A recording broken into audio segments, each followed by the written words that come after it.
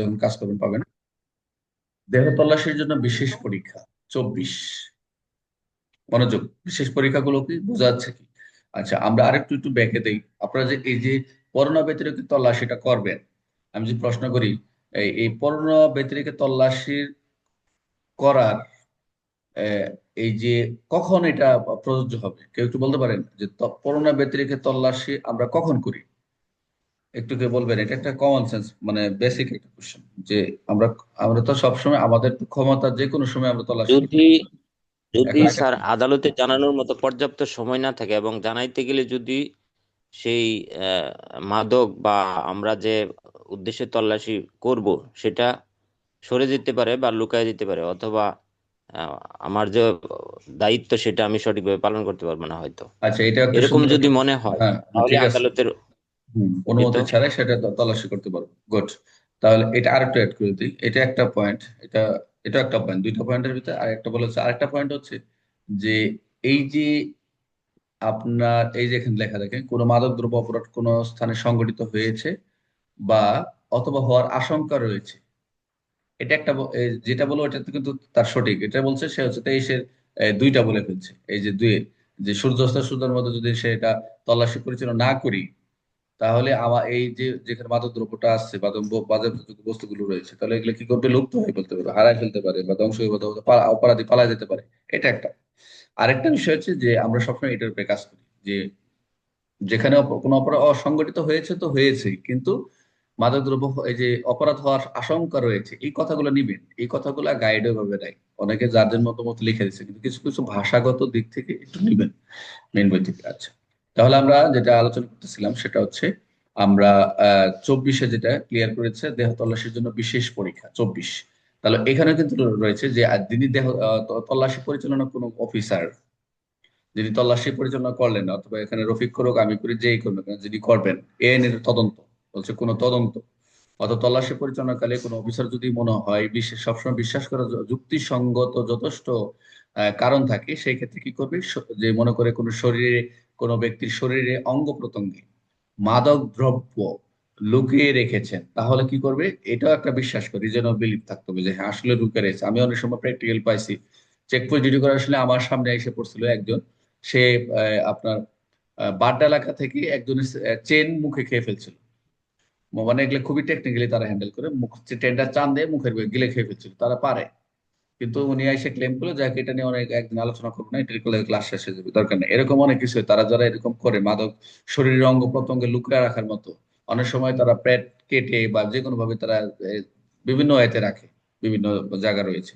আচ্ছা, যাই হোক, অঙ্গ প্রত্যঙ্গ লুকিয়ে রেখেছেন, সেই ক্ষেত্রে আপনার যদি বিশ্বাস করার কারণ থাকে, তাহলে কি করবে? অবশ্যই শরীরের যে বিষয়গুলো এক্স রে করবেন, ভেরি ইম্পর্টেন্ট, আলট্রাসোনোগ্রাম করবেন, এন্ডোস্কোপি করবেন, কলোনোস্কোপি করবেন, কিংবা রক্ত ও মলমূত্র সহ যে কোনো প্রয়োজনীয় যে পরীক্ষা নিমিত্তে নিজেকে সমর্পণ করার জন্য নির্দেশ প্রদান করতে পারবেন। এবং উক্ত নির্দেশ অমান্য করলে, যে কেউ যদি এগুলো অমান্য করে, এই যে এক্স রে যা যা পরীক্ষা করার জন্য যে রয়েছে, এগুলো যদি বলে না এগুলো করতে দিবে না, এগুলো অনেক সময় করতে দেয় না। নির্দেশ অমান্য করলে নির্দেশ প্রদান করে অফিসে তাকে নির্দেশ পালন বাধ্য করার জন্য সকল ব্যবস্থা গ্রহণ করবে। অনেক সময় বলবো না, আমি আমি এটা পরীক্ষা করবো না, আমি এখানে করতে দেবো না। যদি এরকম হয়, অবশ্যই তাকে বাধ্য করবে, করবেই। এক কথা হচ্ছে 24-এ এই বলা রয়েছে যে এটা আপনার এই ধারাটার যেহেতু আইন আছে, আপনাকে এটা করতে হবে। এখানে গিয়ে কি 6-এর 2 দেখেন, এটি মুখস্থ করা দরকার নেই, এগুলো আমরা যখন টেবিল পড়া হয়ে যাবে।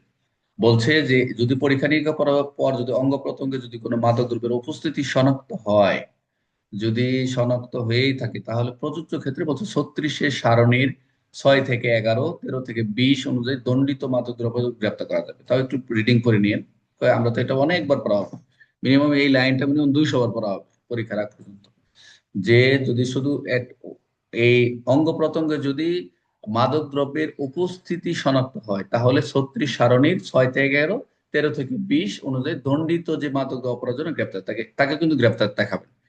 এই 2 জায়গায় গ্রেপ্তার দেখাবেন। আচ্ছা, তারপরে কি 3, 2-এ গ্রেপ্তার দেখালেন মাদকের টেবিল অনুযায়ী। আচ্ছা, 3টা হচ্ছে কি, যে পরীক্ষার পর যদি কোনো ব্যক্তি কর্তৃক কোনো মাদকদ্রব্য গ্রহণের সেবন, মনোযোগ দেন, 3-এ বলছে একটা হচ্ছে গ্রহণ, সেবন, গ্রহণ সেবন এবং ব্যবহারের অথবা প্রয়োগের কোনো প্রমাণ পাওয়া যায়, কোনোভাবে প্রয়োগের প্রমাণ পাওয়া যায়, মাদক খাইছি, মাদকের শরীরের উপস্থিতি থাকে, এবং 9-এর 1 উপধারা দফা গ, দফার ঘর এবং 10-এর বিধান লঙ্ঘনকারী হয়, তাহলে উক্ত ব্যক্তিকে 36, 9 ঘুরে ফিরে 36, এই 16, 21, 25, 29, 31 অনুসারে শাস্তির যোগ্য অপরাধের জন্য গ্রেপ্তার করা যাবে। তাহলে ওখানে আমরা পাইলাম, ওখানেও মোটামুটি পাইলাম 6 থেকে 11, 13 থেকে 20 অনুযায়ী তাকে গ্রেপ্তার দেখালেন। এখানেও গিয়ে 16, 21, 25, 29, 31 এগুলি ধারাগুলো আপনাদের অটোমেটিক মুখস্থ হয়ে যাবে। এখন একটু অনেকে কঠিন লাগতেছে এই ধারাগুলো, এগুলো আমি একটু পড়াই দেবো, তখন পরে মাথায় এমনি থাকবে। জাস্ট এগুলো একটু রিডিং নিন, আর কিছু দরকার নেই। আমরা 2টা দ্বারাই গ্রেপ্তার দেখাইলাম, একটা হচ্ছে 2ও দেখাইলাম এবং 3ও দেখাইলাম। এখন ভেরি ভেরি ইম্পর্টেন্ট, এই যে এতক্ষণ যা আলোচনা আপনাদের করলাম, মনোযোগ দিন। এখন যা বললাম 4-এ বলছে, ভেরি ইম্পর্টেন্ট এটা। এই যে মাঝে মধ্যে পুলিশদের কি করে যে আমাদের অনেক সময় যে মাঝখানে একটা হেডকোয়ার্টার্সের নির্দেশনা হলো যে ড্রোপ টেস্ট করবে, তো এই যে এই 3-এ কিন্তু সেটা যে সেবন ব্যবহার যে আমরা যদি করে থাকি, তাহলে সেটা যদি মাদক দ্রব্য, যদি কোন মাদকাসক্ত ব্যক্তি যদি শনাক্ত করার জন্য সে মাদকাসক্ত, তাহলে প্রয়োজনে যে বিধি নির্ধারিত যে পদ্ধতি রয়েছে ড্রোপ টেস্ট করার, এই ড্রোপ টেস্ট করবে। এবং ড্রোপ টেস্টে যদি কোনো রকম যদি পজিটিভ হয়, তাহলে এই যে আমাদের 36-এর 4 যে বিধান রয়েছে, এই 36-এর 4 অনুযায়ী ব্যবস্থা গ্রহণ করবে। বুঝতে পারছেন, পরীক্ষায় এইটুকু আসে যে মাদকাসক্ত ব্যক্তি শনাক্তের প্রয়োজন যদি ড্রোপ টেস্ট পজিটিভ হলো, হলে পরবর্তী করণীয় কি আপনি লিখবেন, জাস্ট মাদকদ্রব্য নিয়ন্ত্রণ 2018 এর সংশোধন 2020 এর 36-এর 4 অনুযায়ী ব্যবস্থা গ্রহণ করে, জাস্ট এইটুকু লিখলে দিয়ে যাবে। আচ্ছা, অনেকে চুপচাপ রয়েছেন, বুঝতে পারতেছেন সবাই এই 24টা? একটু রিডিং দিবেন, এগুলো হয়ে যাবে। কতবার যে পড়বেন, আপনার নিজেরও গ্রুপ স্টাডি করতে করতে মুখস্থ হয়ে যাবে ইনশাল্লাহ। আর আমি তো আপনাদের মেন বই তো পড়াই যাচ্ছি, মেন বই তো পড়াই যাচ্ছে। আপনারা যখন আমার মেন বইটা পড়ার পর মেন বই আবার ঢুকবেন, দেখবেন আপনাদের ভালো লাগতেছে। আমি যদি অন্য কিছু দেখাইতাম এখানে, অন্যভাবে উপস্থাপন করতাম, তাহলে কি হইতো, যে স্যার একদম পড়াইছে বইয়ের সাথে মিলে না, কি কথা বলে না।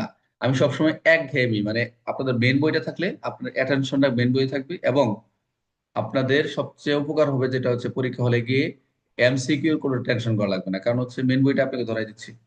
আমি তো কোনো গাইড বা আলাদা নিজস্ব কোনো ব্যবহার করাচ্ছি না। আচ্ছা, এখন আসেন 25, মনোযোগ দিন। 25টা দেখেন। আপনি এই আইনের অধীনে কাউকে গ্রেপ্তার করলেন, বাজেয়াপ্ত জব্দ করলেন, তারপর হচ্ছে যিনি আটক করলেন, গ্রেপ্তার করলেন, এই আটককারী অফিসার আপনি হন, আমি হই, যেই হন, অবশ্যই একটা লিখিত প্রতিবেদন, যারা হচ্ছে মাদক আইনে মাদক দ্রব্য অধিদপ্তরে যারা রয়েছেন তাদের তারা কি করে, তারা অবশ্যই তারা কিন্তু এই আইনে বলাই রয়েছে যে আটক এবং ইত্যাদি গ্রেপ্তার সম্পর্কে ঊর্ধ্বতন কর্তৃপক্ষ অবহিত করা।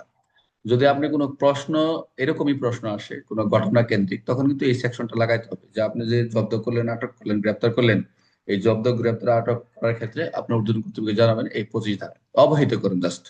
এবং প্রতিবেদনটি অনুলিপি, এটা একটা, যখন গ্রেপ্তার টেপ্তার করে কাউকে করে, তখন তাদের দায়িত্ব রয়েছে। আমরা তো এরকম কোনো প্রতিবেদন দেই না, দেই না কনসার্ন অথরিটি দেই, আমরা কি এসপি স্যারকে দেই না আমরা ইয়েকে দিই, যে আমরা কাউকে গ্রেপ্তার করলে, আমরা তো সাথে সাথে মামলা হলে আমরা মামলার কপিগুলো চলে যাচ্ছে যে মাদক, আমাদের এরকম কোনো আলাদা কোনো বিধান নাই। তবে তাদের কথা বলছে যে যদি এই আটককারী অফিসার যিনি আটক করলেন, ও একটা লিখিত প্রতিবেদনের মাধ্যমে ঊর্ধ্বতন অফিসারকে জানাবেন, অবহিত করবেন, এবং প্রতিবেদনের একটি অনুলিপি মহাপরিচালকের নিকট প্রেরণ করবেন।